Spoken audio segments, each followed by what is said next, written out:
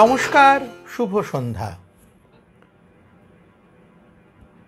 বাঙালির বহুধামুখী মনন আভিজাত্যের আন্তরিক উপস্থাপনে সদা ক্রিয়াশীল প্রকাশনা প্রতিষ্ঠান, সেই সঙ্গে বঙ্গভূমির বিস্মৃতি মোচনের কর্মকাণ্ডে সদা ব্রতী বাঙালি আটপৌরে প্রকাশনা প্রতিষ্ঠান সূত্রধরের আন্তরিক শুভায়োজনে আজ 11 অগ্রহায়ণ 1428 27 নভেম্বর 2021 শনিবার ঘড়িতে ঠিক সন্ধে 7টা কোষ্ঠীপাথর প্রাণারাম ইউটিউব চ্যানেলে আমরা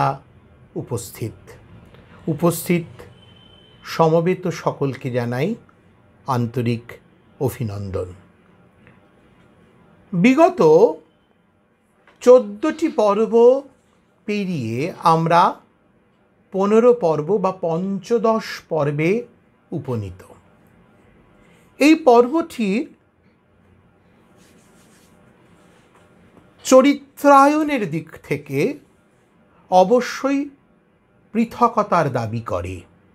কেন?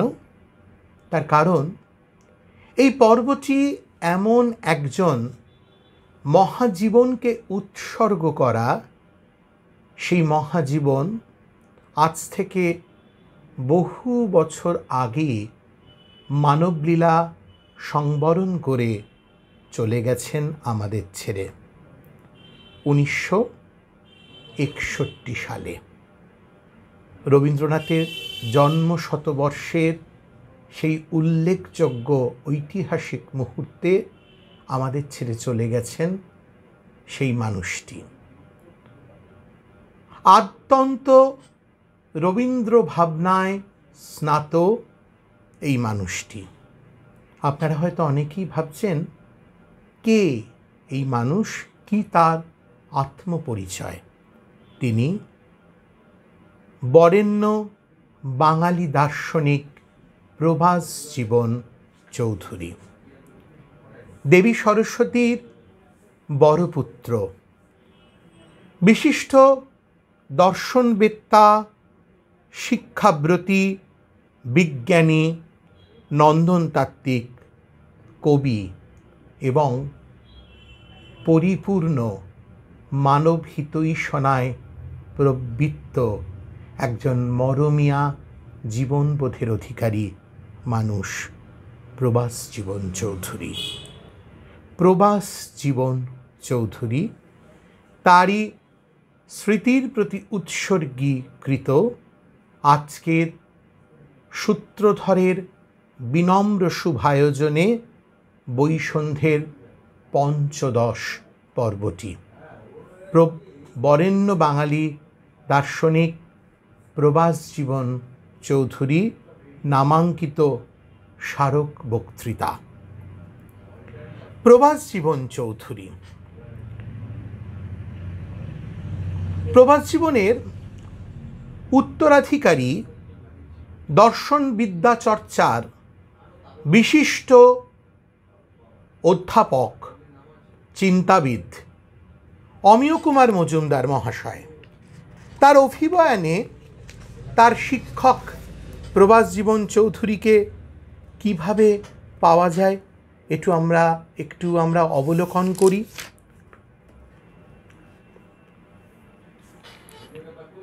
অমিয় কুমার মজুমদার লিখছেন, দর্শন, বিজ্ঞান ও সাহিত্য তিনটি বিষয় প্রভাসজীবন গভীরভাবে অবগত ছিলেন। তিনটি ক্ষেত্রেই তার পদসঞ্চার ছিল সহজ ও সাবলীল। সেই জন্যই আমি প্রভাসজীবনকে গোটা মানুষ বলতে চেয়েছি, আধখানা মানুষ নয়। প্রভাসজীবনের অধ্যাপনা রীতির মধ্যে স্বকীয়তা ছিল। যেসব অধ্যাপক কোটেশন কণ্ঠকিত প্রবন্ধ তৈরি করে ছাত্রদের সামনে নাটকীয়ভাবে পরিবেশন করতেন হাততালি কুড়োবার জন্য, তাদের অধ্যাপনা পদ্ধতিকে তিনি বলতেন বর্বরতা। তার পাঠন পদ্ধতির একমাত্র উদ্দেশ্য ছিল ছাত্রদের মনে ঔৎসুক্য কৌতূহল জাগানো, তাদের অনুসন্ধিৎসার আগ্রহকে বাড়ানো। কোনো দার্শনিক তত্ত্ব আলোচনা প্রসঙ্গে তিনি প্লেটো, স্পিনোজা, শঙ্কর ও নাগার্জুন, জালালউদ্দিন রুমি ও মেইস্টার একহার্ট এদের মত পরিবেশন করে সঙ্গে সঙ্গে প্রশ্ন করতেন, ওরা কি বলেছেন তা তো শুনলে, এবারে তুমি কি বলো। পড়ানোটা ছিল তার অন্যতম প্যাশন। তাই যতক্ষণ পর্যন্ত না তিনি একটা উপযুক্ত শব্দ খুঁজে পেতেন ততক্ষণ তার অনুসন্ধানের বিরাম ছিল না। যখন কোনো তত্ত্বের অবিরাম চুলচেরা বিশ্লেষণে ছাত্ররা ক্লান্ত হয়ে পড়তেন তখন তিনি তার ভাণ্ডার থেকে রবীন্দ্রনাথ, জীবনানন্দ, ব্রাউনিং বা ব্লেকের কবিতা বারবার পাঠ করতেন, যাতে সমস্ত পরিমণ্ডলটা রসসিক্ত হয়ে ওঠে। দেখুন, আজকে অদ্ভুত সময় এসে উন্নীত হয়েছি আমরা বা উপনীত হয়েছি আমরা। সেই সময় কি? সেই সময় হচ্ছে হাহাকার ভরা সময়। কোথাও কোনো চিন্তা নেই বা মৌলিক চিন্তার, পরিবেশ রচনার সামগ্রিক একটা প্রতিবন্ধক চেহারা। ছাত্র শিক্ষক সম্পর্কের মধ্যে অদ্ভুত রকমের পাঁচিল। শিক্ষকরা ছাত্রদের অপশক্তির কাছে বারংবার পরাভূত হচ্ছেন, আবার ছাত্ররা শিক্ষকদের অভিপ্রায়গ্রস্ত চরিতার্থকরণের পথে বাধা সৃষ্টি করলে প্রতিহিংসামূলক আচরণের মুখোমুখি তাদেরকেও পড়তে হচ্ছে। অর্থাৎ বোঝাই যাচ্ছে আমার কথার ইঙ্গিতটা কতটা বাহি। আসলে অদ্ভুত আধার পৃথিবীতে নেমেছে। গা ছাড়া গা এলানো পঠন পাঠন পদ্ধতির মধ্যে হলদে হয়ে যাওয়া নোটমুখী শিক্ষা ব্যবস্থাপনায় প্রতি বছর সাজেস্টিভ ওয়েতে বা সাজেশন অনুসরণ করে পরীক্ষা বৈতরণী পার অধিকাংশের মানস অভিমুখীনতা। তাই দর্শন যেখানে জগৎ ও জীবনকে চেনার প্রশ্ন সম্পৃক্ত, সেখানে হয়তো তেমনভাবে নতুন কোনো ভাবনা আলোড়িত হচ্ছে না, ভাবনা ভাষা পাচ্ছে না, বা অনেকের মনে প্রশ্ন তোলার হিম্মত প্রদর্শন করছে না। এটি তো এক কথায় বন্ধা সময়। কিন্তু প্রবাস জীবন যারা প্রবাস জীবন বা প্রবাস জীবনের সমকাল বা পূর্বকালে এই প্রাচীন বিদ্যা চর্চার ক্ষেত্রকে ক্রমে ফলবতী করে তুলেছে, কি দিবে তোমারে দর্শনের উত্তরে জগৎ জীবনকে নূতনভাবে অনুসন্ধানের প্রবৃত্তিকে প্রণয়ন করার ভাষ্য তৈরি করেছে। আমরা সেই পথেই যেতে চাই। তাই যশস্বী বাঙালি দার্শনিক চিন্তাবিদ প্রবাস জীবনের মৃত্যুর বা প্রয়াণের এত বছর পর, এত শীত বর্ষা বসন্ত শরৎ কেটে যাওয়ার পরও এখনকার সময়ের নিরিখে বিস্তৃত, সম্পূর্ণরূপে বিস্তৃত সেই বাঙালি দর্শনবেত্তাকে নিয়ে সূত্রধরের আন্তরিক উপাচার, তারই নামাঙ্কিত স্মারক বক্তৃতা। প্রবাস জীবন চৌধুরী তিনটে বিদ্যায় সমতার অধিকারী। কী রকম? ইংরেজি, পদার্থবিদ্যা বা ফিজিক্স এবং দর্শন। বিশ্বভারতীর প্রান্তরে তার যখন দর্শন চর্চার নিজস্বতা প্রকাশিত হতো, যখন তিনি কবিতা, গান, নাটকের মধ্যে দিয়ে প্রকৃতির নৈসর্গিক রূপবৈচিত্র্যে তাকে সমন্বয় করতে পারতেন, তখন তিনি যেন একটা ল্যান্ডস্কেপ অফ শান্তিনিকেতন। আমার কথা নয়, বিশ্বাস করুন, এটি স্বয়ং শিল্পাচার্য নন্দলাল বসুর কথা, যে প্রভাস জীবন হচ্ছে ল্যান্ডস্কেপ অফ শান্তিনিকেতন। শান্তিনিকেতনের নিসর্গ চিত্র বা চিত্রধর্মিতার একটা উপজীব্য বা প্রতিপাদ্য। খোলা মনের বিদ্যা, বুদ্ধি, চিন্তা, চেতনা, স্বাধীনতা, প্রেম, সৌকর্য, স্থাপত্য, রস আস্বাদন, নান্দনিকতা সব কিছু মিলেই প্রবাস জীবন। শুধু দর্শনের নিগূঢ় তত্ত্ব আলোচনা নয়, তার সঙ্গে সাহিত্যের সম্পৃক্তকরণ, এটি প্রভাস জীবনের অন্যতম মুখ্য বৈশিষ্ট্য। অর্থাৎ যে কোনো কঠিন বিষয়কে রসসিক্ত উপস্থাপনায় জীবন্ত করে তোলার যে মুনশিয়ানা, তার যে কৌলিন্য বোধ, সেটির অধিকারী ছিলেন প্রভাস জীবন। শান্তিনিকেতনে পড়িয়েছেন এবং পরবর্তীকালে প্রেসিডেন্সি কলেজে দর্শন বিদ্যা চর্চার কৃতি অধ্যাপক, বরেণ্য অধ্যাপক, যশস্বী অধ্যাপক। কিন্তু একটা খেদের কথা বলছি, বিশ্বাস করুন, অনেকটা সামলানোর চেষ্টা করলাম, আত্মনিয়ন্ত্রণ করার চেষ্টা করলাম, কিন্তু পারলাম না। আজকের হার্ভার্ডের মতন প্রেসিডেন্সি নয়, সেদিন ছিল সত্যি সত্যি প্রেসিডেন্সি।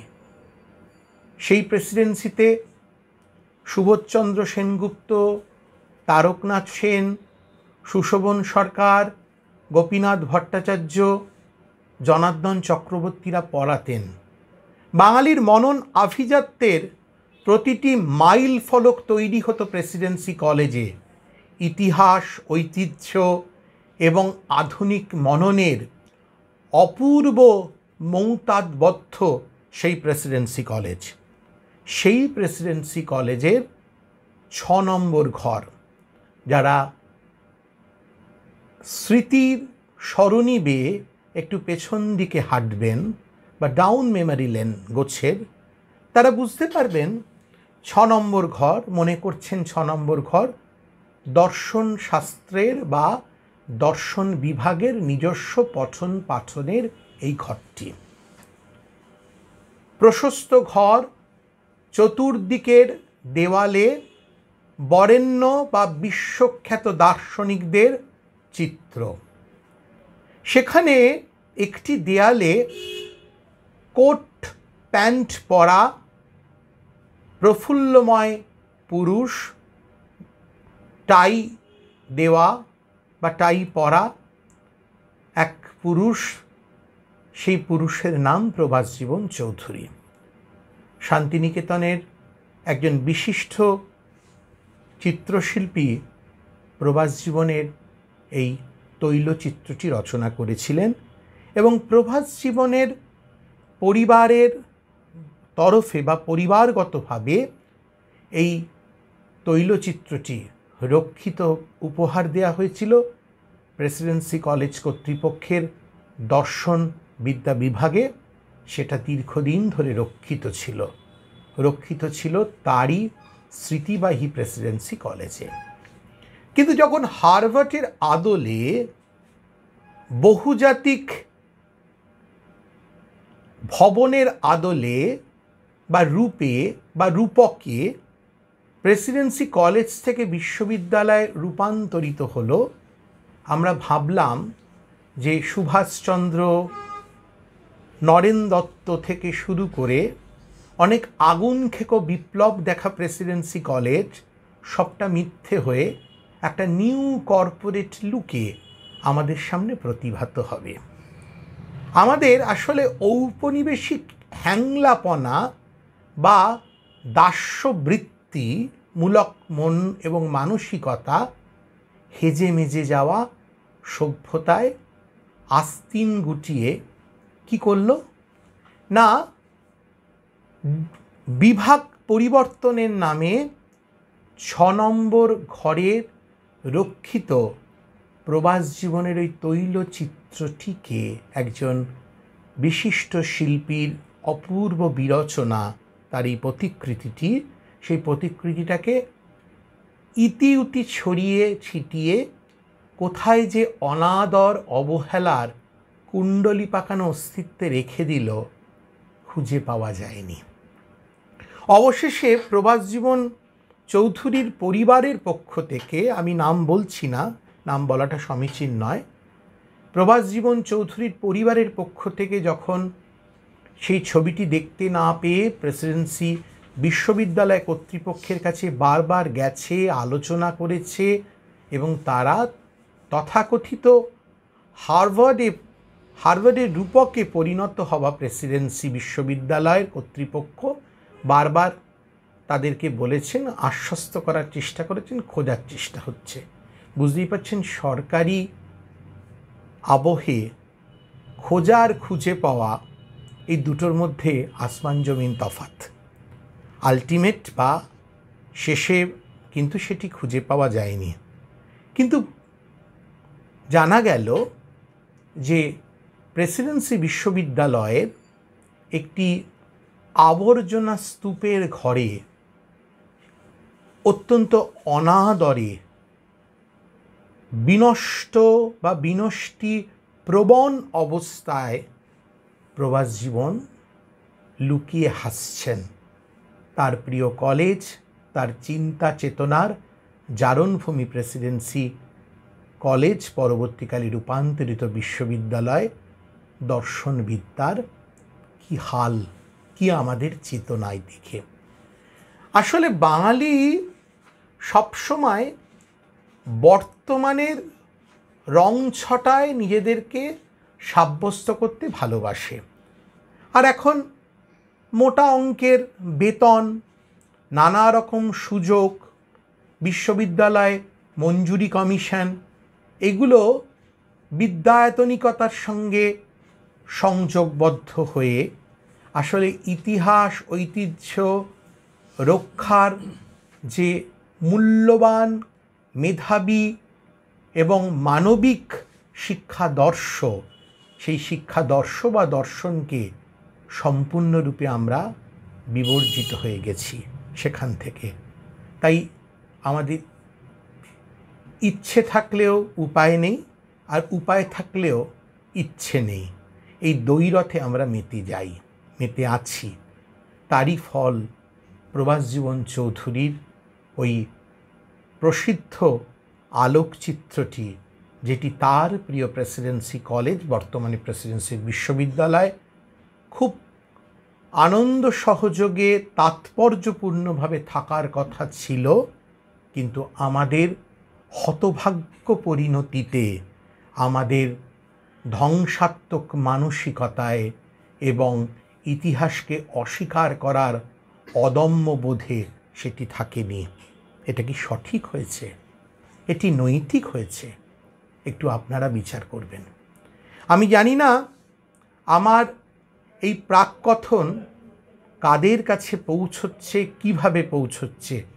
যদি সংবেদনশীল, ইতিহাস সচেতন, দর্শন অনুরাগী মানুষের কাছে আদপেও পৌঁছয়, তাহলে বুঝবো তাদের বুকের ভেতর, মনের ভেতর, চেতনার ভেতর যদি ঠক ঠক করে কয়েকটা আওয়াজ হয়, তাহলে বুঝবো যে আমার এত বকবকমের সামগ্রিক সার্থকতা। যাই হোক, প্রবাস জীবন চৌধুরী একটি মহাজীবন। প্রবাস জীবন চৌধুরী তার বহু রচনা, বহু পত্র পত্রিকায় স্থান পেয়েছে।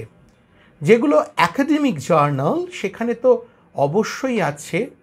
এমনকি আমি অবাক হয়ে গেছিলাম যে প্রবুদ্ধ ভারতের একটি সংখ্যায় প্রবাস জীবন চৌধুরী এবং আর্নল্ড টয়েনবি, বিশ্ববিশ্রুত ঐতিহাসিক বা ইতিহাসবেত্তা আর্নল্ড টয়েনবির একটি রচনা, প্রবাস জীবন চৌধুরী একটি রচনা, বিশ্বভারতী কোয়ার্টারলির মতন পত্রিকায় ধারাবাহিকভাবে প্রভাস জীবন চৌধুরীর রচনা, দেশ পত্রিকার নানা সংখ্যায় প্রভাস জীবন চৌধুরীর রচনা। সেটি যে সবসময় দর্শন বিষয়ক এমন নয়, সাহিত্য, রসশাস্ত্র, সৌন্দর্য দর্শন, মানবী চর্চা থেকে শুরু করে এমনকি শিল্প রসজ্ঞ নন্দলাল অবন ঠাকুরকে নিয়েও প্রভাস জীবন ভেবেছেন, লিখেছেন এবং তার চিন্তা চেতনাকে পরিস্ফুটন ঘটিয়েছেন। তো এই ছিলেন প্রভাস জীবন।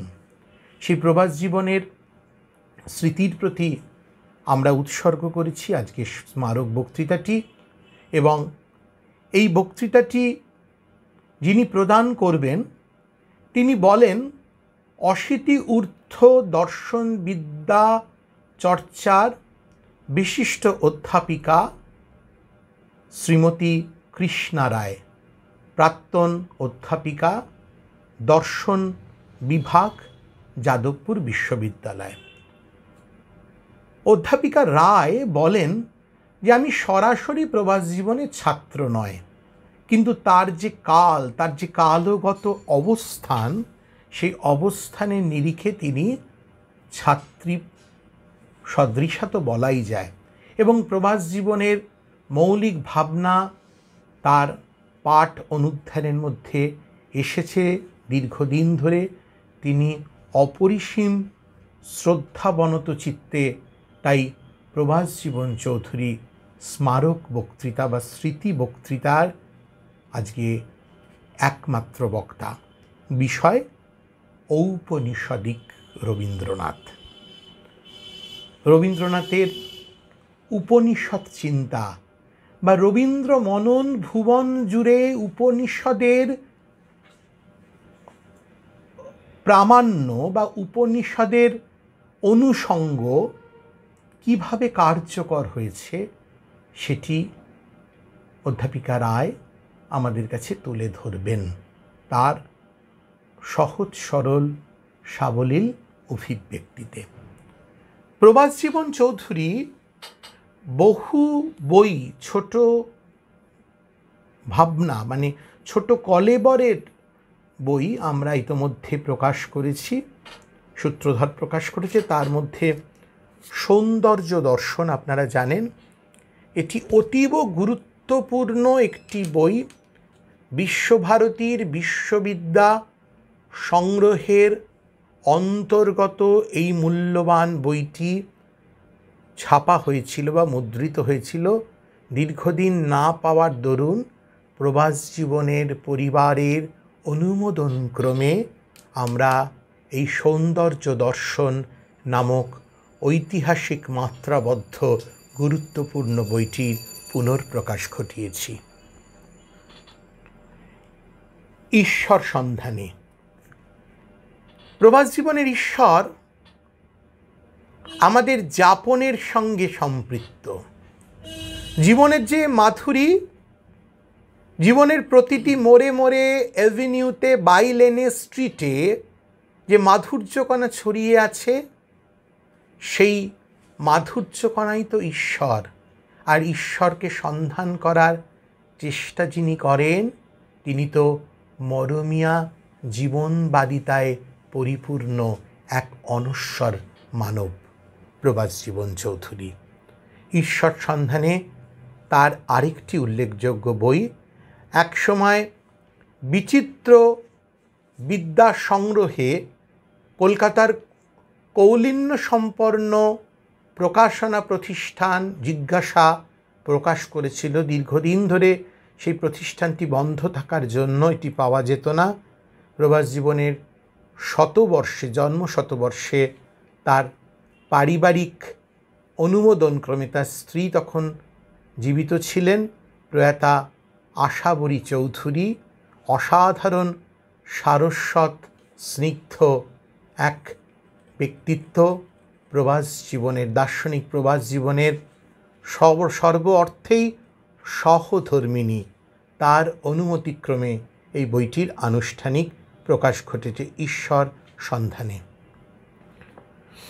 সম্প্রতি আরেকটি বই, এটা অনেকেরই অজানা, হোয়াট ইজ ফিলোসফি, দর্শন কাকে বলে, দর্শনবিদ্যার বৈশিষ্ট্য, দর্শন চর্চার পরিসর, দর্শনে যুক্তিবোধ, দর্শনে প্রতিযুক্তি প্রণয়ন, সব কিছু নিয়ে ইংরেজি ভাষায় রচিত অনবদ্য একটি দার্শনিক দলিল হোয়াট ইজ ফিলোসফি। এটি অতি সম্প্রতি সূত্রধর প্রকাশ করেছে, what is philosophy by Prabhasjivan Chowdhury. প্রভাসজীবনের পূর্বপুরুষ দর্শন প্রবর কৃষ্ণচন্দ্র ভট্টাচার্য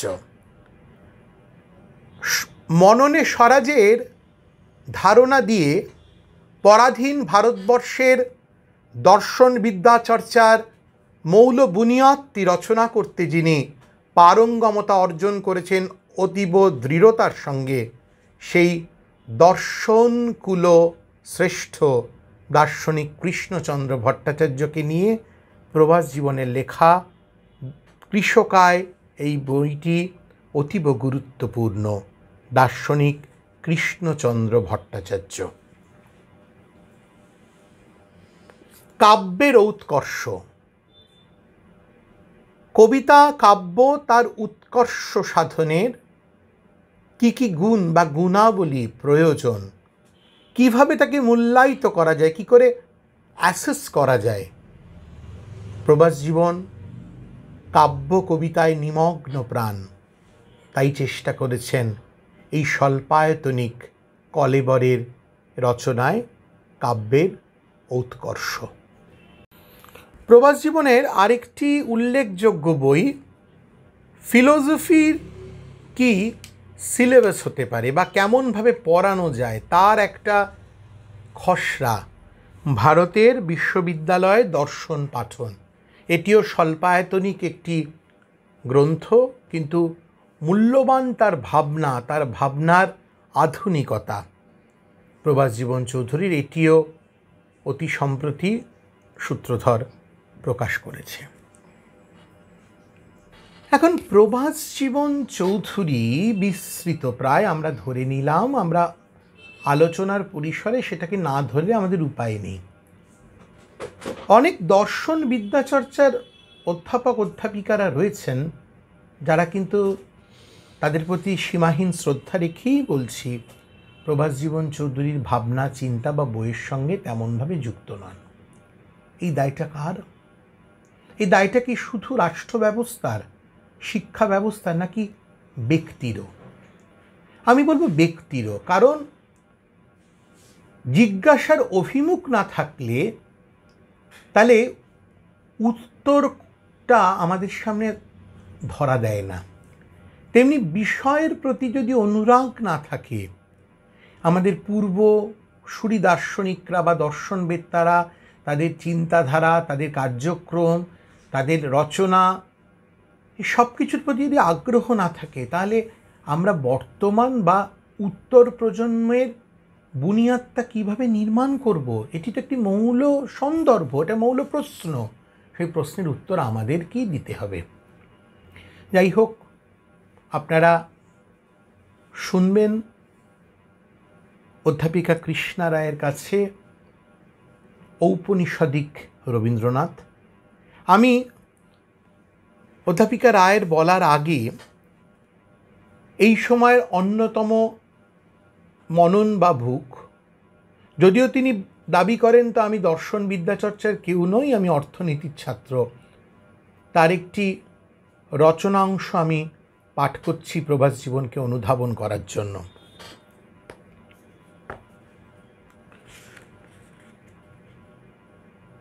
ভট্টাচার্য মশাই লিখছেন, রবীন্দ্রনাথের সৌন্দর্য তত্ত্ব বিষয়ে প্রভাসজীবন চৌধুরীর লেখাতে পৌঁছে গিয়েছিলাম আমি। কি বুঝেছিলাম না বুঝেছিলাম তা আজ আর তেমন করে মনে পড়ে না, কিন্তু একটা কথা বেশ মনে পড়ে।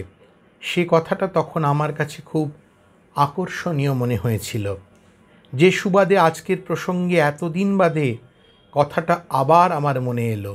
কথাটা এই, রবীন্দ্রনাথের যে বইগুলোর কথা বলছি তার কোনোটাই তো এমন বই নয় যে রবীন্দ্রনাথ বেশ দিব্যি সাজিয়ে গুছিয়ে যাকে একটা নির্দিষ্ট বিষয়ে সন্দর্ভ রচনা বলে তাই চেষ্টা করেছেন। সেই অর্থে সাহিত্য বা সাহিত্যের পথে রচনা সংকলন মাত্র। বিভিন্ন সময়ে বিবিধ প্রসঙ্গে লেখকের কিছু ভাবনা প্রবন্ধের রূপ পেয়েছে। সাহিত্য এই ধারণা সেই প্রবন্ধগুলির ঐক্যসূত্র।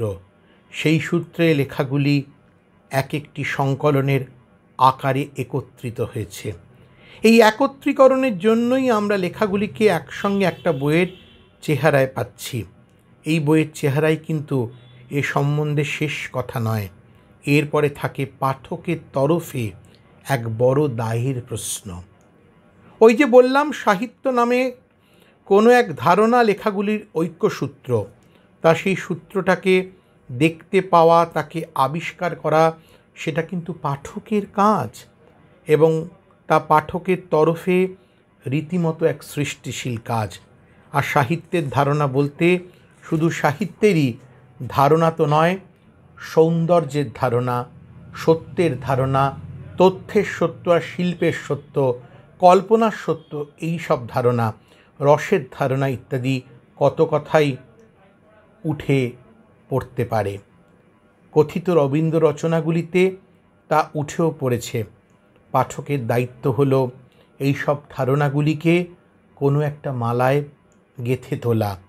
যে পাঠক সে কাজ করছেন, মনে রাখতে হবে তিনি কিন্তু রবীন্দ্রনাথের ধারণাকে উপাদান হিসেবে মেনে নিয়েই তার সে কাজ করতে নেমেছেন। উপাদানগুলি তার নয়, কিন্তু মালা গেঁথে কাজটা তার। ফুল তিনি হাতে পেয়েছেন, মালা তিনি গেঁথে তুলেছেন। ফুলের সৌন্দর্যে তার দাবি নেই, কিন্তু মালার শিল্পে দাবি একান্তই তারই। তার সফলতা ব্যর্থতা সবই তার হাতের কাজ।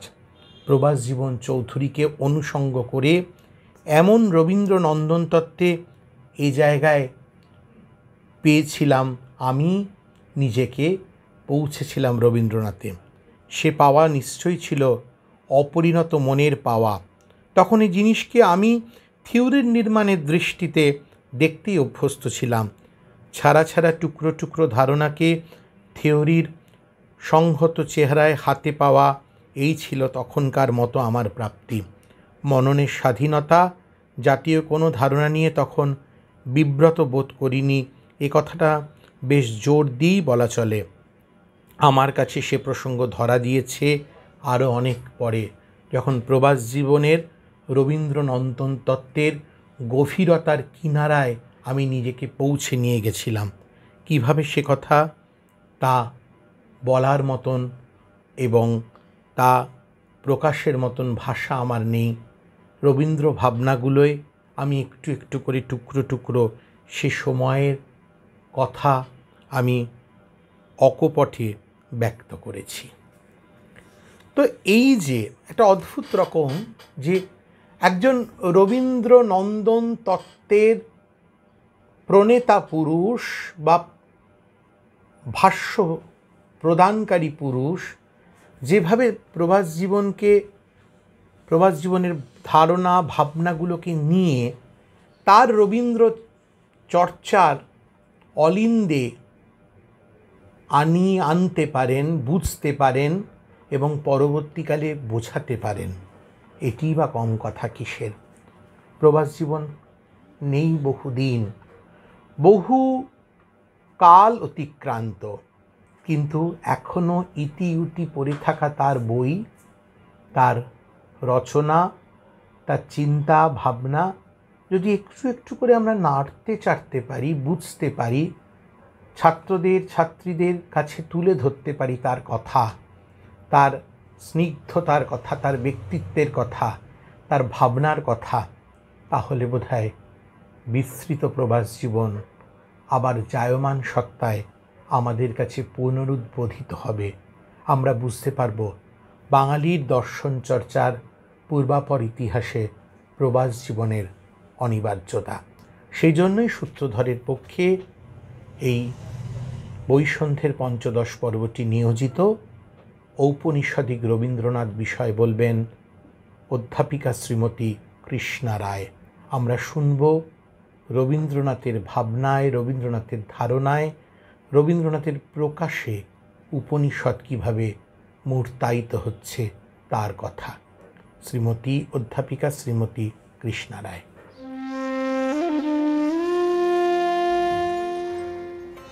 সকলকে নমস্কার জানিয়ে আজকের আমার বক্তব্য একটু বলবার চেষ্টা করছি। আজ আমরা এখানে মিলিত হয়েছি সর্বজন শ্রদ্ধেয় প্রয়াত অধ্যাপক প্রভাস জীবন চৌধুরী মহাশয়ের প্রতি শ্রদ্ধা জ্ঞাপনের জন্য। এটা আপনারা শুনেছেন। প্রভাস জীবন চৌধুরী মহাশয় এক বিরল প্রতিভার অধিকারী ছিলেন। তিনি তার বহুমুখী প্রতিভার অধিকারী বলা যেতে পারে, কারণ তিনি একসঙ্গে সাহিত্য, বিজ্ঞান, দর্শন, শিল্প সৃষ্টি, তারপরে ধর্মচিন্তা, সমস্ত বিষয়ে তার অগাধ জ্ঞান ছিল এবং সব বিষয়ে তিনি অনেক লেখা আমাদের উপহার দিয়েছেন। আমরা প্রধানত তার কথা তার লেখনীর মাধ্যমেই পাই। তার বহু লেখা প্রকাশিত হয়েছে এবং আরও অনেক লেখা অপ্রকাশিত রয়ে গিয়েছিল। তার মধ্যে রবীন্দ্রনাথের সম্বন্ধে ওর প্রভাস জীবন চৌধুরী মহাশয়ের খুব গভীর শ্রদ্ধা ছিল এবং উনি দীর্ঘকাল শান্তিনিকেতনে অধ্যাপনাও করেছেন। সেই সূত্রে রবীন্দ্রনাথ এবং শান্তিনিকেতন সম্বন্ধে তিনি কিছু লিখেছিলেন, সেগুলো কিন্তু এতদিন প্রকাশিত হয়নি। সেগুলো আমরা অধ্যাপক পত্নী শ্রদ্ধেয়া আশাবরী দেবীর কাছ থেকে পেয়েছি এবং তার সুযোগ্যা কন্যা রীতাবরী তিনি শ্রীমান সুমনকে এইগুলো প্রকাশনার জন্য দিয়ে আমাদের সকলেরই কৃতজ্ঞতা ভাজন হয়েছেন। শ্রীমান সুমন এ ধরনের বহু ভালো পুস্তক প্রকাশ করে থাকেন এবং প্রভাস জীবন চৌধুরী মশায়ের এই লেখাগুলিও তিনি প্রকাশ করছেন। এটা খুবই আনন্দের কথা, যাতে এটা সর্বসাধারণের কাছে এটা পরিচিত হতে পারবে, আমরাও সেটা পড়তে পারবো, এই আশা আমরা করছি। আজকে যেহেতু দুটি বই যে দুটি প্রকাশিত হবে, দুটি রবীন্দ্রনাথ সম্পর্কিত, সেই জন্যে সুমন বলেছেন রবীন্দ্রনাথ সম্বন্ধে কিছু আলোচনা করার জন্য। আমি প্রথমেই বলে নিই যে আমি মোটেই সুবক্তা নই, কিন্তু সুমন আমার পরম স্নেহাস্পদ, তার অনুরোধ আমি ফেলতে পারিনি, তাই আমি রাজি হয়েছি। এবং একটা সুবিধা আছে, রবীন্দ্রনাথ সম্বন্ধে বলতে গেলে রবীন্দ্রনাথ পড়তে আমার খুব ভালো লাগে, লিখতেও ভালো লাগে, কিন্তু বলতে সংকোচ হয়, কারণ রবীন্দ্রনাথের সম্বন্ধে বলতে গেলে বেশিরভাগ রবীন্দ্রনাথের কথাই মনে এসে যায়। তবু আজকে বিষয় নির্বাচন করেছেন সুমন ঔপনিষদিক রবীন্দ্রনাথ, বা আমি সহজ ভাষায় যেটাকে বলবো রবীন্দ্র সাহিত্যে এবং রবীন্দ্র জীবনে উপনিষদের প্রভাব। আমি জানি যে আপনারা সকলেই যারা এখানে উপস্থিত আছেন সকলেই উপনিষদ সম্বন্ধে অনেক কিছু জানেন, তবু আমার বলবার সুবিধের জন্যে আমি উপনিষদ সম্বন্ধে দু একটি কথা একটু বলে দিতে চাই। আমরা সকলেই জানি যে ভারতীয় সংস্কৃতিতে উপনিষদের প্রভাব অপরিসীম। বলা হয় যে ভারতীয় সংস্কৃতির যে মূল স্তম্ভ বেদ ও চতুষ্টয়, ঋক্, সাম, যজু এবং অথর্ব, এই চারটি বেদের যে সারমর্ম বা মর্মার্থ, সেগুলি আমরা উপনিষদের মাধ্যমে পেয়ে থাকি। এই জন্য অনেকে উপনিষদকে বেদান্তও বলে থাকেন। এই উপনিষদ কতগুলি সে সম্বন্ধে একটু মতবিরোধ আছে, কেউ বলেন 18টি, কেউ বলেন আবার 108টি।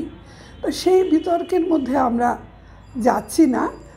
আমরা জানি যে কয়েকটি উপনিষদ তার মধ্যে প্রধান, এবং সেই উপনিষদগুলোরই নানা ব্যাখ্যা বা ভাষ্য আমরা পেয়ে থাকি। কিন্তু প্রত্যেকটি উপনিষদই নানা গুরুত্বপূর্ণ তথ্য এবং উপদেশাবলী পাওয়া যায়, এবং সেই উপনিষদগুলি সবই যথেষ্ট মূল্যবান, কিন্তু কয়েকটির কথা আমরা বেশি করে জানি। কিন্তু যেটা আমরা দেখব রবীন্দ্রনাথের উপনিষদ চর্চার মধ্যে, রবীন্দ্রনাথ কিন্তু এই শুধুমাত্র যেগুলি আমাদের পরিচিত সেই উপনিষদগুলি সম্বন্ধেই আলোচনা করেছেন তা কিন্তু নয়। রবীন্দ্রনাথ বহু স্বল্প পরিচিত উপনিষদ সম্বন্ধেও আলোচনা করেছেন। উপনিষদের প্রতি রবীন্দ্রনাথের আগ্রহ ও তার জ্ঞান আমাদের সত্যিই বিস্মিত করে। এ সম্বন্ধে আমি ক্রমশ আলোচনা করব। এখানে প্রথমে বলা দরকার যে উপনিষদের মন্ত্রগুলি সূত্রাকারে রচিত। আমরা জানি যে বেদ মন্ত্রগুলিও সূত্রাকারে রচিত, এবং এই সূত্রাকারে রচিত হওয়ার জন্যই সেগুলির নানা ব্যাখ্যা বা ভাষ্য দেওয়া প্রয়োজন হয়। যদি আমরা ঋগ্বেদের কথা ধরি, তাহলে আমরা জানি ঋগ্বেদ প্রাচীনকালে প্রথমে যাস্ক, তারপরে সায়নাচার্য, তারপর কিছু বিদেশি ভাষ্যকার তারা নানাভাবে ঋগ্বেদের ব্যাখ্যা করে থাকেন। আবার পরবর্তীকালে আমরা দেখি যে আধুনিক কালে এই বেদের নতুনতর ভাষ্য আমরা পাই শ্রী অরবিন্দ এবং শ্রীমৎ অনির্বাণ প্রমুখের মধ্যে। এরা উপনিষদের কথাও আলোচনা করেছেন, এবং রবীন্দ্রনাথও এই সমস্ত মন্ত্রগুলির দ্বারা বিশেষভাবে প্রভাবিত হয়েছেন। এখানে একটা কথা আমি বলি যে আমি দুটি শব্দ ব্যবহার করেছি, ব্যাখ্যা ও ভাষ্য। এই দুটি শব্দ সম্বন্ধে একটু আমি বলে নিতে চাই। ব্যাখ্যা বলতে আমরা যেটা করতে চাই সেটা হচ্ছে যে সূত্রাকারে বর্ণিত যে তত্ত্বগুলি সেগুলিকে আরও বিস্তারিত করে বোঝা ও বোঝানোর চেষ্টা করা হয়, যাকে ইংরেজিতে আমরা বলতে পারি এলুসিডেশন। আর ভাষ্য যখন বলা হয় তখন কিন্তু তার সঙ্গে এই বর্ণনা করার সঙ্গে আরও কিছু যোগ করা হয়। সেখানে ভাষ্যকারগণের দৃষ্টিভঙ্গি, অন্যান্য শাস্ত্রে এই সম্বন্ধে কী বলা হয়েছে, এই সবগুলি সেখানে দেখা হয়। কাজেই ভাষ্য একটু বিস্তারিতভাবে আলোচনা করেন। এটাকে আমরা ইংরেজিতে ভাষায় অনেক সময় ইন্টারপ্রিটেশন বলি। বেশিরভাগ সময় এই ব্যাখ্যা ও ভাষ্য দুটো এমনভাবে মিশে থাকে তাদের পার্থক্য করা যায় না। তবু এই দুটি শব্দ যেহেতু আমি ব্যবহার করছি, সেহেতু তাদের কথা আমি একটু আলোচনা করে বলে দিতে চাই। প্রাচীন যুগে যে সমস্ত ভাষ্যকারগুণ কথা আমরা জানি, উপনিষদের কথাই মূলত বলছি, তাদের মধ্যে শঙ্করাচার্যের নাম প্রধান। আমরা জানি নবম শতাব্দীতে শঙ্করাচার্য 11টি উপনিষদের ভাষ্য রচনা করেন। তারপরে মাধবাচার্য ও রামানুজাচার্য প্রত্যেকে 10টি করে উপনিষদের ভাষ্য রচনা করেন। সেই জন্য এই উপনিষদগুলোই বেশি প্রচলিত এবং আমাদের কাছে পরিচিত। 19 শতাব্দীতে বাংলার নবজাগরণের সময় রাজা রামমোহন রায়, মহর্ষি দেবেন্দ্রনাথ ঠাকুর প্রমুখ কিছু চিন্তাশীল ব্যক্তি উপনিষদগুলির গুরুত্ব উপলব্ধি করেন এবং এই মন্ত্রগুলির নতুন করে ব্যাখ্যা প্রদান করেন। তৎকালীন ঔপনিষদিক চিন্তাধারা রবীন্দ্রনাথকে বিশেষভাবে প্রভাবিত করে এবং তিনি উপনিষদের প্রতি আকৃষ্ট হন। অতি শিশুকাল থেকে মহর্ষি দেবেন্দ্রনাথের উপনিষদ চর্চা ও পারিবারিক শাস্ত্র আলোচনা রবীন্দ্রনাথের মনের বাতাবরণটি তৈরি করে দিয়েছে, এটা রবীন্দ্রনাথ নিজেই তার জীবন স্মৃতিতে স্বীকার করেছেন। ক্রমশ এই উপনিষদগুলির প্রভাব তার জীবনচর্যা ও সাহিত্যকর্মের মধ্যে পরিলক্ষিত হয়। বিভিন্ন উপনিষদের মূল মন্ত্রগুলিকে রবীন্দ্রনাথ তার সাহিত্যকর্মের বিভিন্ন মাধ্যমে বিভিন্ন সময়ে নানাভাবে পর্যালোচনা করেছেন। এখানে এটা আগেও আমি বলেছি, তাও আবার বলছি যে এই কথাটি বলে নেওয়া দরকার, মনে রাখতে হবে যে রবীন্দ্রনাথ কিন্তু শুধু প্রধান বা প্রচলিত উপনিষদগুলিরই আলোচনা করেছেন তা কিন্তু নয়। তিনি বহু স্বল্পখ্যাত অপ্রচলিত তাৎপর্যপূর্ণ উপনিষদগুলি সম্বন্ধে আলোচনা করেছেন। উপনিষদ সম্বন্ধে আলোচনা রবীন্দ্রনাথের বিভিন্ন প্রবন্ধাবলিতে, যেমন ধর্ম, আত্মপরিচয়, ঔপনিষদিক ব্রহ্ম, তারপরে বিশেষ করে শান্তিনিকেতনে উপাসনা গৃহে প্রদত্ত ভাষণগুলি, যেগুলি পরে শান্তিনিকেতন বক্তৃতামালা রূপে প্রকাশিত হয়েছে, সেগুলিতে উনি এই ব্যাখ্যাগুলি আমরা পেয়ে থাকি। এছাড়া রবীন্দ্রনাথ প্রচুর চিঠিপত্র লিখতেন, সেটা আমরা জানি। এই চিঠিপত্রের মধ্যেও কিন্তু বহু সময় উনি উপনিষদের আলোচনা করেছেন। এছাড়া রবীন্দ্রনাথের যে ইংরাজি বক্তৃতা বলি আমরা পাই, যেমন Sadhana, personality, the religion of man, এগুলির মধ্যেও কিন্তু উপনিষদের আলোচনা করা হয়েছে, সেটা আমরা দেখি। শুধু যে রবীন্দ্রনাথের প্রবন্ধাবলী তা নয়, রবীন্দ্রনাথের সঙ্গীত, রবীন্দ্রনাথের কাব্য, তার মধ্যেও আমরা উপনিষদের বাণীর অনুরণন পেয়ে থাকি। উপনিষদের মন্ত্রগুলির রবীন্দ্রনাথকৃত ভাষ্যের উদাহরণ দেবার আগে আমি এই অনুবাদ সম্বন্ধে একটু কিছু বলতে চাই। উপনিষদের মন্ত্রগুলি যেহেতু সংস্কৃত ভাষায় রচিত, সেহেতু এই অনুবাদ করার সময় সংস্কৃত ভাষায় প্রকৃষ্ট জ্ঞান থাকা যথেষ্ট প্রয়োজন। এছাড়া অনুবাদ দু রকমের হয়। একরকম হচ্ছে যে শব্দগুলিকে আক্ষরিক অর্থে ভাষান্তর করা হয়, যাকে আমরা ইংরেজিতে ট্রান্সলিটারেশন বলি। আর অন্য ক্ষেত্রে মূলত ভাব বা অর্থটির ওপর প্রাধান্য দেয়া হয়, যাকে ইংরেজিতে থিমাটিক ট্রান্সলেশন বলা হয়। আমরা লক্ষ্য করি যে শ্রী অরবিন্দ এবং রবীন্দ্রনাথ দুজনেই এই দুটি উপায়েরই একটা সমন্বয় সাধন করতে চেষ্টা করেছেন। আক্ষরিক অর্থটিকেও বর্জন করেননি, আবার তার মূল অর্থটিকে আরও সুন্দর করে, সহজ করে আমাদের কাছে পরিবেশন করার জন্য তার মূল ভাবটি আর বিস্তারিতভাবে আলোচনা করেছেন। এখানে একটা কথা বলি যে রবীন্দ্রনাথ নিজে কিন্তু কখনো নিজেকে বেদ বা উপনিষদের ভাষ্যকার বলে মনে করতেন না।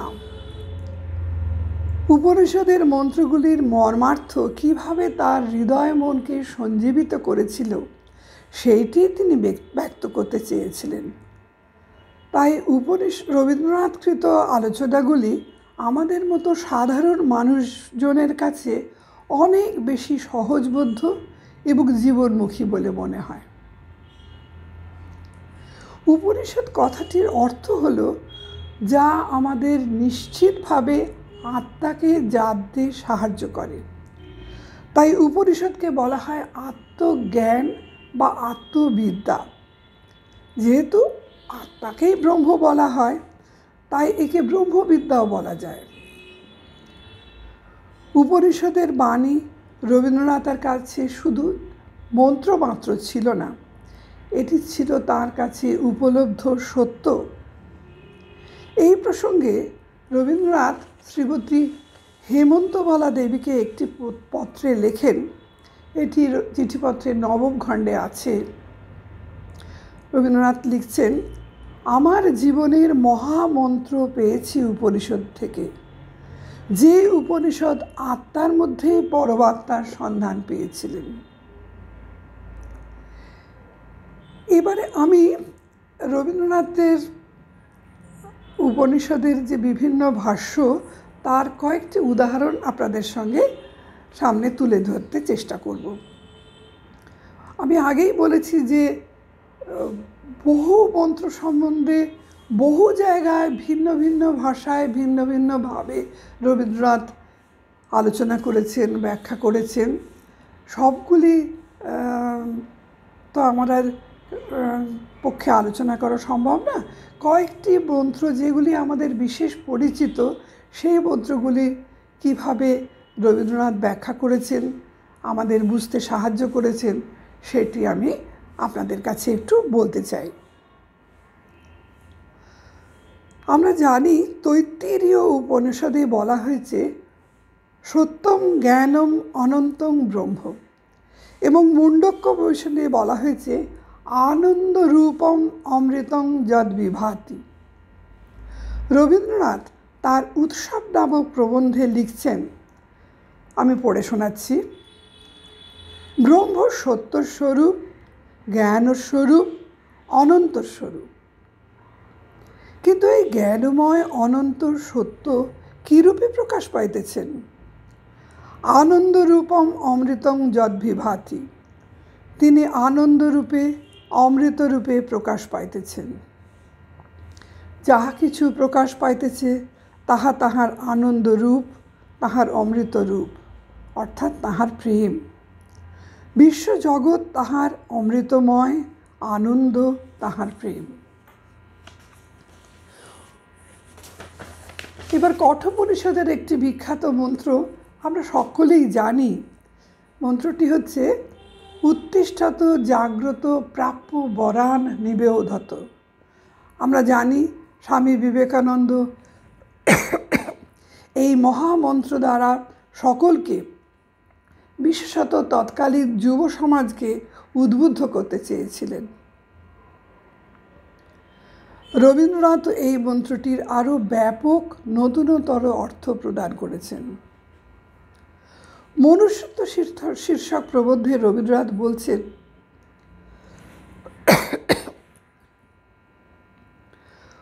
উত্তিষ্ঠত জাগ্রত এই বাক্য বারবার আমাদের দ্বারে আসিয়া পৌঁছিয়াছে। সংসারের প্রত্যেক বাধা, প্রত্যেক দুঃখ, প্রত্যেক বিচ্ছেদ কত শতবার আমাদের অন্তরান্তার তন্ত্রিতে তন্ত্রিতে আঘাত দিয়া যে ঝঙ্কার দিয়াছে, তাহাতে কেবল এই বাণী ঝঙ্কৃত হইয়া উঠিয়াছে, উত্তিষ্ঠত জাগ্রত। উত্থান করো, জাগ্রত হও। অর্থাৎ কবি এখানে বলতে চেয়েছেন যে আমরা যেন সংসারের দুঃখে শোকে নিন্দায় ভেঙে না পড়ি, আমরা যেন এই তামসিকতা থেকে উত্তীর্ণ হতে সক্ষম হই। এই মন্ত্রটির ব্যবহার আরও অনেকভাবে রবীন্দ্রনাথ করেছেন। তার একটি মন্ত্র আমার বিশেষ পছন্দের, খুব ভালো লাগে আমার এই ব্যাখ্যাটি বা এই আলোচনাটি, সেটা আপনাদের একটু শোনাতে চাই। এখানে কবি বলছেন, নিজের অজ্ঞানতার মতো অজ্ঞান আর তো কিছুই নেই। ঈশ্বরকে যে জানি নে, তাকে যে পাইনি, এইটি যখন অনুভব মাত্র না করি, তখনকার সেই আত্মবিস্মৃত নিশ্চিন্ততা থেকে উত্তিষ্ঠত জাগ্রত, সেই অসারতাকে বিচলিত করে গভীরতর বেদনা জেগে উঠুক। কত সুন্দরভাবে বলছেন।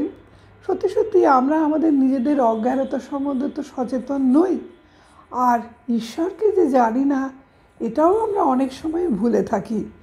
কিন্তু রবীন্দ্রনাথ বলছেন যে এই যে উত্তিষ্ঠত জাগ্রত, সেখানে আমরা যেন এই আমাদের যে অজ্ঞানতা, তার থেকে আমরা উত্তীর্ণ হতে সক্ষম হই। এটি রবীন্দ্রনাথের একটি গানের মধ্যেও খুব সুন্দর করে বলেছেন। সেটি বলছেন যে, তোমার দেখা না পাই প্রভু এবার এ জীবনে, তোমায় আমি পাইনি তা রয় শয়নে স্বপনে। তা এই সবসময় এই কথা উনি ভাবছেন যে আমরা ঈশ্বরকে যে পাচ্ছি না, পাইনি, সেটা আমাদের অনুভব করতে হবে, তার থেকে আমাদের জাগ্রত হতে হবে এবং ঈশ্বরকে পাওয়ার জন্যে সচেষ্ট হতে হবে। এবারে আরেকটি মন্ত্রের কথা বলি। এটা ঈশোপনিষদের একটি বিখ্যাত মন্ত্র। এটি ঈশোপনিষদের খুব পরিচিত বিখ্যাত মন্ত্র। ঈশাবাস্যমিদং সর্বং যৎকিঞ্চ জগত্তান জগৎ তেন তক্তেন ভুঞ্জিতা মা গৃধ কশ্যচিৎ ধনম।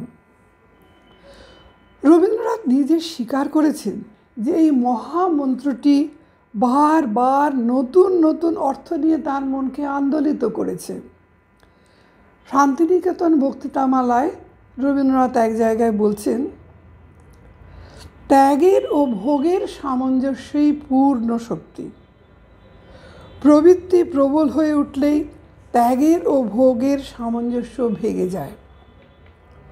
উপনিষদে আমরা দেখছি বলা হয়েছে তক্তেন ভুঞ্জিতা, মানে ত্যাগের মাধ্যমে ভোগ করো। এটা বললে আমাদের সকলকারই একটা খটকা লাগে, ত্যাগের মাধ্যমে ভোগ কী করে করা যায়। এটা রবীন্দ্রনাথ খুব সুন্দর করে তার আলোচনা করে আমাদের দেখিয়েছেন। রবীন্দ্রনাথ বলছেন, এই ত্যাগ নিজেকে রিক্ত করার জন্য নয়, নিজেকে পূর্ণ করার জন্য। ত্যাগ মানে আংশিককে ত্যাগ সমগ্রের জন্য, ক্ষণিককে ত্যাগ নিত্যের জন্য, অহংকারকে ত্যাগ প্রেমের জন্য, সুখকে ত্যাগ আনন্দের জন্য। এই জন্যে উপনিষদে বলা হয়েছে তক্তেন ভুঞ্জিতা, ত্যাগের দ্বারা ভোগ করবে, আসক্তির দ্বারা নয়। পরবর্তীকালে মানুষের ধর্ম প্রবন্ধটি রচনাকালেও এই মন্ত্রটি নতুনতর অর্থ দিয়ে রবীন্দ্রনাথের কাছে প্রতিভাত হয়। এই মানুষের ধর্মে তিনি লিখছেন, যিনি পরম আমি, যিনি সকলের আমি, সেই আমিকেই আমার মধ্যে সকলের মধ্যে জানা, সেই আমিকেই আমার বলে সকলের মধ্যে জানা যে পরিমাণে আমাদের জীবনে আমাদের সমাজে উপলব্ধ হচ্ছে, সেই পরিমাণেই আমরা মানুষ হয়ে উঠছি। আমাদের রিপু মাঝখানে এসে এই সোহম উপলব্ধিকে দুই ভাগ করে দেয়, একান্ত হয়ে ওঠে অহম। তাই উপনিষদ বলেন, মা গৃধ, লোভ করো না। লোভ বিশ্বের মানুষকে ভুলিয়ে বৈষয়িক মানুষ করে দেয়। যে ভোগ মানুষের যোগ্য তা সকলকে দিয়ে, তা বিশ্ব ভৌমিক, তা মানুষের সাহিত্যে আছে, শিল্পকলায় আছে, তাই প্রকাশ পায় মানুষের সংসার যাত্রায়, তার হৃদয়ের আতিথ্যে। এখানে একটু কথা আমি বলি যে এই যে মা গৃধ বা লোভ করো না, এইটা রবীন্দ্রনাথ যখন বলছেন তখন তো খানিকটা ব্যাখ্যাই করা হচ্ছে, কিন্তু পরে যখন উনি এখানে যোগ করছেন যে এই লোভ বিশ্বের মানুষকে ভুলিয়ে বৈষয়িক করে দেয়, যে ভোগ মানুষের যোগ্যতা সকলকে দিয়ে, তা বিশ্বভৌমিক, তা মানুষের সাহিত্যে আছে, শিল্পকলায় আছে, তাই প্রকাশ পায় মানুষের সংসার যাত্রায়, তার হৃদয়ের আতিথ্যে। এই কথাটি হয়তো উপনিষদের মন্ত্রের মধ্যে নেই, কিন্তু এটাকে ভাবানুবাদ করে রবীন্দ্রনাথ তার অর্থটিকে আমাদের কাছে আরও পরিষ্কার করে বুঝিয়ে বলেছেন যে কি বলতে চাওয়া হয়েছে আসলে। রবীন্দ্রনাথ তার দ্য রিলিজিয়ন অফ ম্যান শীর্ষক প্রবন্ধেও এই মন্ত্রটির ব্যাখ্যা করেছেন ইংরাজিতে। আমি সেই ইংরাজিটিও একটু পড়ে শোনাচ্ছি। Thou must know whatever moves in this moving world is enveloped by God, and therefore find thy enjoyment in renunciation, never coveting what belongs to others. In this we are enjoined to realize that all facts that move and change have their significance in their relation to one everlasting truth. For then we can be rid of the greed of acquisition, gladly dedicating everything we have to that supreme truth. The change in our mind is immense in its generosity of expression. When an utter sense of vanity and vacancy is relieved at the consciousness of a pervading unity. Unquote. এইভাবে শুধু এই 2-3 জায়গায় নয়, আরও বহু জায়গায় রবীন্দ্রনাথ এই মন্ত্রটির ব্যাখ্যা করেছেন, সেগুলি আমরা পেয়ে থাকি। এখানে আমি একটু কথা বলি যে আমি আজকে বেশিরভাগই রবীন্দ্রনাথের লেখা থেকে উদ্ধৃতির ব্যবহার করছি। এটা এই জন্য যে রবীন্দ্রনাথ তার উপলব্ধিকে, অনুভবকে এমন অনুপম ভাষায় প্রকাশ করেছেন, সেটা তো আমার পক্ষে বলা সম্ভব নয়। সেটা রবীন্দ্রনাথের সেই ভাষাটিকেই আমরা তাই জন্য স্মরণ করছি, এবং আমরা দেখতে পাচ্ছি যে রবীন্দ্রনাথের এই অনুপম ভাষা তার উপলব্ধিকে আমাদের কাছে আরও স্বচ্ছ ও সাবলীল করে প্রকাশ করেছে। রবীন্দ্রনাথ উপনিষদের বহু মন্ত্রের আলোচনা করেছেন, আরও কয়েকটি উদাহরণ দেয়া যেতে পারে। আমরা উপনিষদে পেয়েছি সত্যং জ্ঞানম অনন্তং ব্রহ্ম। রবীন্দ্রনাথের শিল্পী সত্তার কাছে এই ব্রহ্ম শুধুমাত্র জ্ঞানের ব্রহ্ম নন, তিনি রসবৈষ, তিনি রসস্বরূপ, তিনি আনন্দস্বরূপ। এর ব্যাখ্যা করে কবি বলছেন, এই আনন্দ সমস্ত আকাশ পরিপূর্ণ করিয়া আছেন বলিয়াই আমাদের বাঁচিয়া আনন্দ। এই জন্য পুষ্পে আনন্দ, সমীরণে আনন্দ, এই জন্যে পুত্রের মুখ দেখিয়া আনন্দ, বন্ধুর মিলনে আনন্দ, নরনারীর প্রেমে আনন্দ। এই জন্য আনন্দ ব্রহ্মণ বিদ্যান ন বিভেতি কদাচন। এই আনন্দকে পাইলে ভয় থাকে না, আনন্দের অবসান হয় না। বৃহদারণ্যক উপনিষদের একটি বিখ্যাত মন্ত্র, যশ্চায় যস্মিন্নাকাশে তেজময় অমৃতময় পুরুষ সর্বানুভূ, অর্থাৎ তেজময় অমৃতময় পুরুষ সর্বানুভূ হয়ে রয়েছেন। সর্বানুভূ কথাটির মানে কি? মানে তিনি সমস্ত কিছুকে অনুভব করতে পারেন। তিনি যে কেবল জগতের মধ্যে ব্যাপ্ত হয়ে আছেন তা নয়, সমস্ত কিছুই রয়েছে তার অনুভূতির মধ্যে। রবীন্দ্রনাথ এখানে একটি ভারী সুন্দর উপমা সাহায্যে বুঝিয়ে বলেছেন, যে উপমাটি কিন্তু এই মন্ত্রের মধ্যে নেই, কিন্তু এই উপমাটি আমার এত পছন্দ, এটা আপনাদের আমি না বলে পারছি না। রবীন্দ্রনাথ বলছেন, কেন সর্বানুভূ বলা হলো, সেটা সর্বানুভূ বলতে ঠিক কী বোঝানো যাচ্ছে সেটাকে উনি বুঝিয়ে বলছেন, শিশু সন্তানকে মা যখন 2টি হাত দিয়ে জড়িয়ে ধরেন, তখন শুধু হাত দিয়ে নয়, মা তার সমস্ত অনুভূতি দিয়ে আলিঙ্গন করেন। তেমনি সেই অমৃতময় পুরুষের অনুভূতি সমস্ত জগৎকে নিবিড়ভাবে বেষ্টন করে রয়েছে।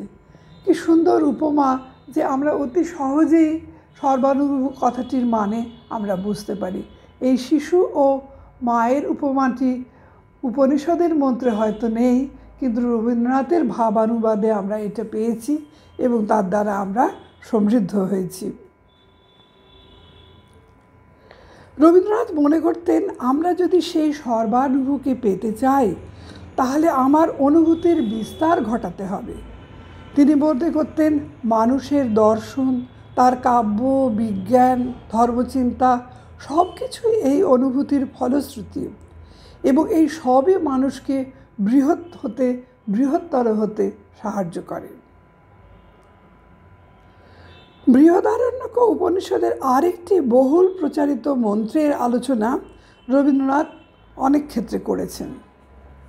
প্রার্থনা প্রবন্ধে তিনি বলছেন, আমি পড়ে শোনাচ্ছি, উপনিষদে পুরুষের কণ্ঠে আমরা অনেক গভীর উপলব্ধির কথা পেয়েছি, কিন্তু কেবল স্ত্রীর কণ্ঠে এই একটি গভীর প্রার্থনা লাভ করেছি, জেনাহং অমৃতস্যাম তেনাহং কেন মুকুরজাম। এই কথাটি সবেগে বলেই কি সেই ব্রহ্মবাদিনী তখনই জোড় হাতে উঠে দাঁড়ালেন এবং তার অশ্রুপ্লাবিত মুখটি আমাদের দিকে তুলে বলে উঠলেন, অসতো মা সদ্গময় তমসো মা জ্যোতির্গময় মৃতর মা অমৃতর গময় আবিরাবির্ময়ধি। অর্থাৎ আমরা কি চাই অথচ কি নেই তার একাগ্র অনুভূতি প্রেমকাতর রমণী হৃদয়ের থেকেই অতি সহজে প্রকাশ পেয়েছে। হে সত্য, সমস্ত অসত্য হতে আমাকে তোমার মধ্যে নিয়ে যাও, নইলে যে আমাদের প্রেম উপবাসী হয়ে থাকে। গভীর অন্ধকার হতে আমাকে তোমার মধ্যে নিয়ে যাও, নইলে যে আমাদের প্রেম কারারুদ্ধ হয়ে থাকে। হে অমৃত, নিরন্তর মৃত্যুর মধ্যে দিয়ে আমাকে তোমার মধ্যে নিয়ে যাও, নইলে যে আমাদের প্রেম আসন্ন রাত্রির পথিকের মতো নিরাশ্রয়ে ঘুরে ঘুরে বেড়ায়। এই মন্ত্রটি সম্বন্ধে কবি আবার তার আত্মার প্রকাশ প্রবন্ধে বলছেন, আমাদের প্রার্থনা যে আমরা যেন এই মানব জীবনে সত্যকেই প্রকাশ করি, অসত্যকে নিয়ে দিন রাত ব্যস্ত হয়ে না থাকি। আমরা যেন প্রবৃত্তির অন্ধকারের মধ্যে আত্মাকে আচ্ছন্ন করে না রাখি। আত্মা যেন এই ঘোর অন্ধকারে আপনাকে আপনি না হারায়, মোহমুক্ত নির্মল জ্যোতিতে আপনাকে আপনি উপলব্ধি করে। সে যেন নানা অনিত্য উপকরণের সঞ্চয়ের মধ্যে পদে পদে আঘাত খেতে খেতে হাতড়ে না বেড়ায়। সে যেন আপনার অমৃত রূপকে, আনন্দ রূপকে তোমার মধ্যে লাভ করে। কবি আমাদের বলছেন, প্রার্থনা করো আবির আবির্ময়ধি। এই মন্ত্রটি আমরা বৃহদারণ্যক উপনিষদে পাই, আবার ঐতরেয় উপনিষদেও পাই। এখানে রবীন্দ্রনাথ বলছেন, হে সপ্রকাশ, আমার নিকটে প্রকাশিত হও। আমার নিকটে প্রকাশিত হইলে সেই প্রকাশ আমাকে অতিক্রম করিয়া সমস্ত মানবের নিকট সহজে দীপ্যমান হইয়া উঠিবে। এইরূপে আমার জীবন সমস্ত মানবের নিত্য জীবনের মধ্যে উৎসর্গীকৃত হইয়া থাকিবে। আমার এই কয়দিনের মানব জন্ম চিরজীবনের জন্য সার্থক হইবে। শ্বেতাশ্বর উপনিষদের একটি অতি পরিচিত মন্ত্র, যেটি আমরা অনেক সময় বেদ মন্ত্র বা বেদ সঙ্গীত হিসেবেও ব্যবহার করে থাকি। আপনারা সকলেই জানেন, শৃণ্বন্তু বিশ্বে অমৃতস্য পুদ্ধা হায় ধামানি দিব্যানিতস্তু বেদাহমেতং পুরুষং মহান্তং আদিত্যবর্ণং তামস পরস্তাৎ তমেব বিদিত্তা অতিবৃত্তুমেতি নান্য পন্থা বিদ্যতে অয়নায়। রবীন্দ্রনাথ বহু জায়গায় বিস্তারিতভাবে এই মন্ত্রটির আলোচনা করেছেন। আমি অপেক্ষাকৃত সংক্ষিপ্ত দু একটি ব্যাখ্যার উদ্ধৃতি দিচ্ছি। রবীন্দ্রনাথ বলছেন, সোহম অর্থাৎ জেনেছি, আদিত্য বর্ণং তামস পরস্তাৎ, অন্ধকারের ওপার থেকে দেখেছি জ্যোতির রূপ, তাই অন্ধকারকে আর ভয় করি নে। যে অন্ধকার নিজেদের ছোট গণ্ডির মধ্যেই আমাদের পরিচয়ে আবদ্ধ করে রাখে তাকে স্বীকার করি নে। যে আলো সকলের কাছে আছে, আমাদের প্রকাশ করে, সকলকে আমাদের কাছে প্রকাশ করে, আমরা তারই অভিনন্দন করি।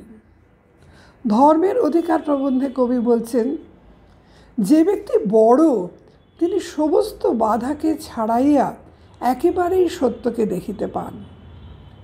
এই জন্যে ছোটোর সঙ্গে বড়র কথার একেবারে এতই বৈপরীত্য। এই জন্য সকলেই যখন এক বাক্যে বলিতেছে আমরা কেবল অন্ধকার দেখিতেছি, তখন তিনি জোরের সঙ্গে বলিতে পারেন, বেদাহমেতং পুরুষং মহান্তং আদিত্যবর্ণং তামস পরস্তাৎ, অন্ধকারকে ছাড়াইয়া আমি তাহাকেই জানিতেছি যিনি মহান পুরুষ, যিনি জ্যোতির্ময়। বর্তমানকালে আমরা পরিবেশ সচেতনতার কথা সবসময়ই বলে থাকি, এ নিয়ে বহু আলোচনা হচ্ছে আজকাল। আমরা দেখি উপনিষদও কিন্তু এই নিয়ে আলোচনা করেছেন। শ্বেতাশ্বর উপনিষদের মধ্যে আমরা একটি মন্ত্র পাই, সেখানে এই পরিবেশ সচেতনতার কথা বলা হয়েছে। আজকাল জগৎকে আমরা অত্যন্ত ব্যবহারের সামগ্রী করে তুলেছি। এই জন্য তার জল, স্থল, বাতাস সমস্তকে আমরা অবজ্ঞা করি। তাদের আমরা যন্ত্র বলে মনে করি, বৃত্ত বলে মনে করি। কবি আমাদের মনে করিয়ে দিয়েছেন, যারা উপনিষদের ঋষিরা তারা যারা জল, স্থল, বাতাসকে কেবল প্রতিদিনের ব্যবহারের দ্বারা জীর্ণ সংকীর্ণ করে দেখেননি, যারা নিত্য নবীন দৃষ্টি ও উজ্জ্বল জাগ্রত চৈতন্যের দ্বারা বিশ্বকে অন্তরের মধ্যে সমাদৃত অতিথির মতো গ্রহণ করেছেন এবং চরাচর সংসারের মাঝখানে জোড় হস্তে দাঁড়িয়ে উঠে বলেছেন, যো দেবৌ অগ্নং যো অপসু যো বিশ্বং ভুবনা বিবেশ যা ঔষধিষু যো বনস্পতিষু তস্मै দেবায় নমো নমঃ। তাদের উচ্চারিত এই সজীব মন্ত্রটিকে জীবনের মধ্যে গ্রহণ করে ঈশ্বর যে সর্বব্যাপী, এই জ্ঞানকে সর্বত্র সার্থক করো। যিনি সর্বত্র প্রত্যক্ষ, তার প্রতি তোমার ভক্তি উচ্ছ্বসিত হয়ে উঠুক।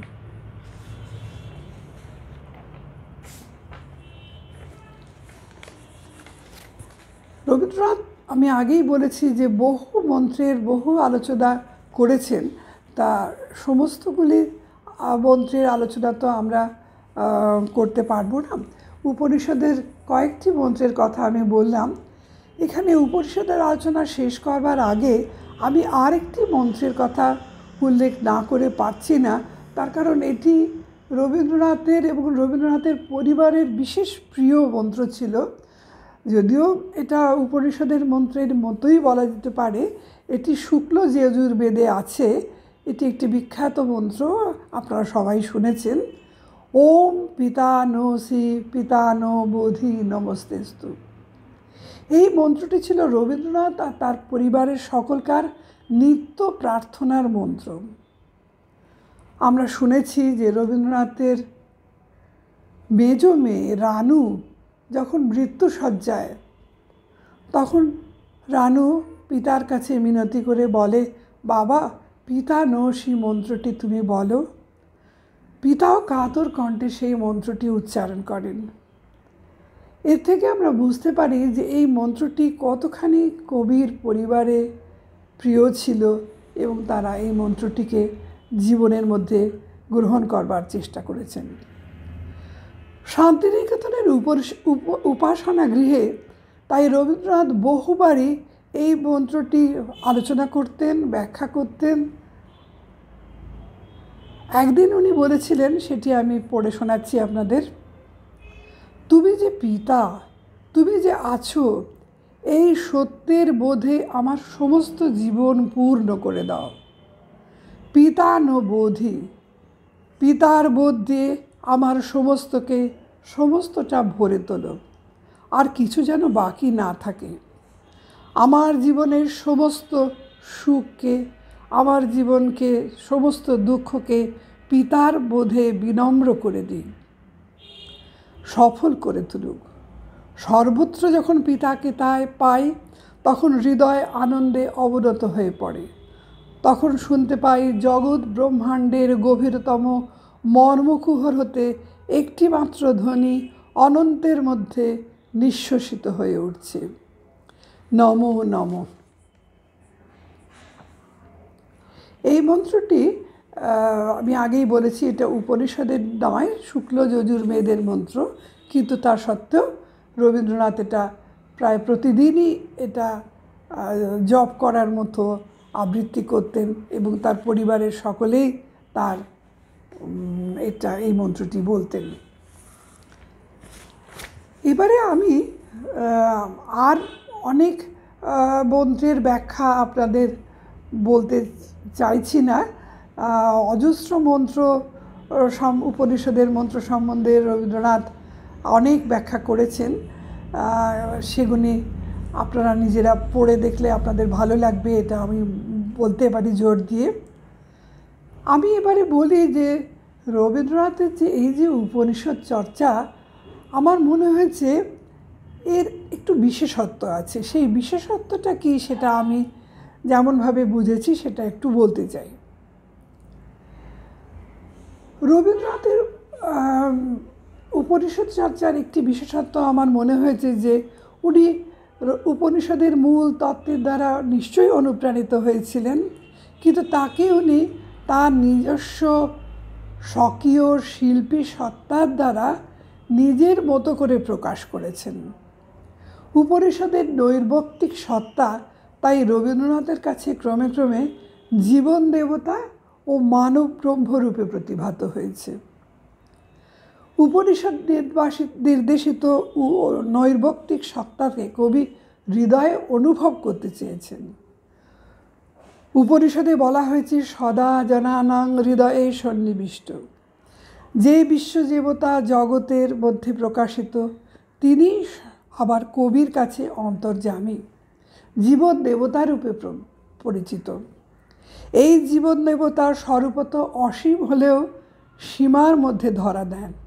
কবিতায় গেয়ে ওঠেন, সীমার মধ্যে অসীম তুমি বাজাও আপন সুর, আমার মধ্যে তোমার প্রকাশ তাই এত মধুর। এই জীবন দেবতা প্রত্যেক মানুষের নিজস্ব, তার অন্তরতম। যিনি বিশ্ব নিয়ন্তা, তিনি থাকেন সর্বলোকে, প্রকৃতির মধ্যে।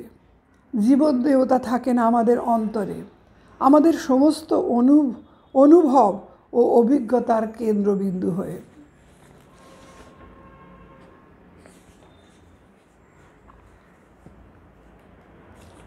রবীন্দ্রনাথের উপনিষদ চর্চার এই যে বিশেষত্ব, এটি খুব সুন্দর করে প্রকাশ করেছেন প্রখ্যাত অধ্যাপক গোবিন্দ গোপাল মুখোপাধ্যায় তার ত্রয়ী ত্রিধরা গ্রন্থে। এই লেখাটিও আমার খুব ভালো লাগে, সেই জন্য আমি আপনাদের একটু পড়ে শোনাচ্ছি।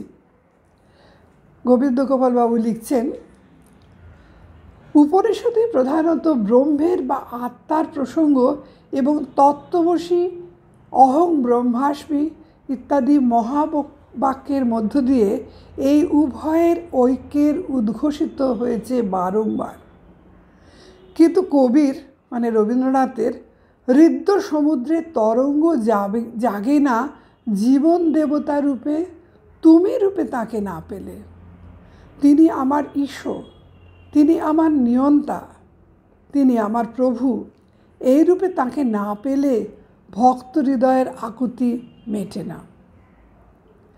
রবীন্দ্রনাথ তার গীতাঞ্জলি কার পায়ে অর্পণ করবেন, শান্তিনিকেতনের অর্ঘ্য কাকে নিবেদন করবেন যদি তেমন প্রভুকে না পান, যাকে তিনি পিতা নৌসী বলে একান্ত আপন করে জেনেছেন? রবীন্দ্রনাথের উপনিষদ ভাবনা তাই আত্মানুসন্ধান তৎপর তত নয় যত ঈশানুসরণ তন্ময়। এটি একটি লক্ষণীয় বৈশিষ্ট্য। তার উপনিষদের ভাষ্য, ব্যাখ্যা, বিবৃতি সবই ভক্ত হৃদয়ের দ্বৈত ভাবনার সমুজ্জ্বল, যেখানে জগৎ, জগদীশ, জীব ও ঈশ্বর সমান সত্তায় অধিষ্ঠিত। জগৎ তার কাছে কখনো মায়া হয়ে মুছে যায় না, জীবনও কখনো অবাস্তব মিথ্যা হয়ে দাঁড়ায় না। সেই জন্য উনি বলেন, ঈশ্বর যে সর্বব্যাপী, এই জ্ঞানকে সর্বত্র সার্থক করো। যিনি সর্বত্র প্রত্যক্ষ, তার প্রতি তোমার ভক্তি উচ্ছ্বসিত হয়ে উঠুক। এই হলো রবীন্দ্রনাথের উপনিষদ ভাবনার সার সর্বস্ব। কোনো কিছুকে ত্যাগ করে তিনি মুক্তি পেতে চাননি। সব বিরোধের সমাধান, সব বৈপরীত্যের সমন্বয় ঘটিয়ে তিনি পূর্ণ অখণ্ড মুক্তি লাভ করতে চান।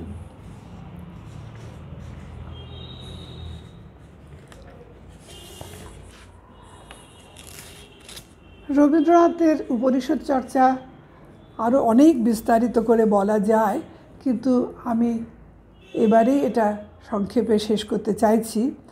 এবং আমার মনে হয় যে এই রবীন্দ্রনাথের উপনিষদ চর্চা, রবীন্দ্রনাথের উপনিষদের ভাষ্য আমাদের উজ্জীবনের, আমাদের উত্তরণের পাথেয় হবে, এই আশা করে আমি আমার বক্তব্য আজকে শেষ করছি। নমস্কার, ধন্যবাদ। রবীন্দ্র সৃজন পরিক্রমার পরিপ্রেক্ষিতে ভাবনাগুলোকে একটু একটু করে তুলে এনে উপনিষদ চিন্তার অন্যতম প্রয়োগ পুরুষ রবীন্দ্রনাথকে তুলে ধরলেন অধ্যাপিকা কৃষ্ণা রায়। অশীতি ঊর্ধ্ব অশক্ত শরীরে সূত্রধরের অন্যতম অভিভাবিকা অধ্যাপিকা শ্রীমতী রায় তার পূর্বসূরি দর্শনবেত্তা প্রবাস জীবনের প্রতি শ্রদ্ধার্ঘ নিবেদনার্থে যে ভাবনা ভাষ্যটি রচনা করলেন, বোধ করি রবীন্দ্রপ্রেমী বা দর্শন অনুরাগী শুভজনের সকলের মনকে প্রশান্ত করবে, সকলের মনকে সুস্থিত করবে এবং প্রবাস জীবনের রবীন্দ্র চর্চা বা রবীন্দ্র চর্চার ধারণাকে আরও গভীরভাবে বোঝবার একটি অবতরণিকা হিসেবে কার্যকর হবে। অধ্যাপিকা শ্রীমতী রায় সহ কোষ্ঠীপাথর প্রাণারাম চ্যানেলের শ্রী পবিত্র সুর এবং আপনারা যারা সূত্রধরের সঙ্গে সংযুক্ত, সূত্রধরের এই কর্মকাণ্ডের সঙ্গে সংযুক্ত, তাদের প্রতি আমাদের সীমাহীন কৃতজ্ঞতা। সেই অনুষঙ্গে আরেকটি কথা বলার, প্রভাস জীবনের দুটি অনবদ্য রচনার সংকলিত রূপ দুটি বই, শান্তিনিকেতন, অপূর্ব, মানে সে সময় শান্তিনিকেতন, তার রূপবৈচিত্র্য, তার নিজস্বতা, মানুষ, প্রকৃতি, মানুষের সম্পর্ক, পঠন পাঠন, শিক্ষা, সংস্কৃতির রূপরস গন্ধকে আবিষ্কার, সব মিলিয়ে একটি অনবদ্য রচনা। শান্তিনিকেতন বইটি, শান্তিনিকেতন রচনাটির গ্রন্থরূপ আজ প্রকাশিত হলো। আর রবীন্দ্রনাথ রোম্যান্টিক সাহিত্য দর্শন, এটি প্রবাস জীবনের রবীন্দ্র ভাবনার একটি মেধাবী উচ্চারণ। এই রচনাটির গ্রন্থরূপও বোধ করি রবীন্দ্র নন্দন তত্ত্বকে বোঝার ক্ষেত্রে একটি নতুন অভিমুখ তৈরি করতে সক্ষম হবে। এই দুটি প্রবাস জীবন বিরচিত গ্রন্থ বা গ্রন্থদ্বয় প্রকাশিত হলো। আপনারা অবশ্যই পারলে সংগ্রহ করে পড়বেন, অন্যকে উপহার দেবেন। নমস্কার, ভালো থাকবেন, ভালো রাখবেন এই অসময়ের বুকেও সময়ের বাতাবরণকে। শুভরাত্রি। রাম প্রাণারাম প্রাণারাম প্রাণারাম প্রাণারাম প্রাণারাম। কি যেন লুকানো নামে তাই মিষ্ট এত তব নাম। প্রাণারাম প্রাণারাম প্রাণারাম প্রাণারাম প্রাণারাম প্রাণারাম।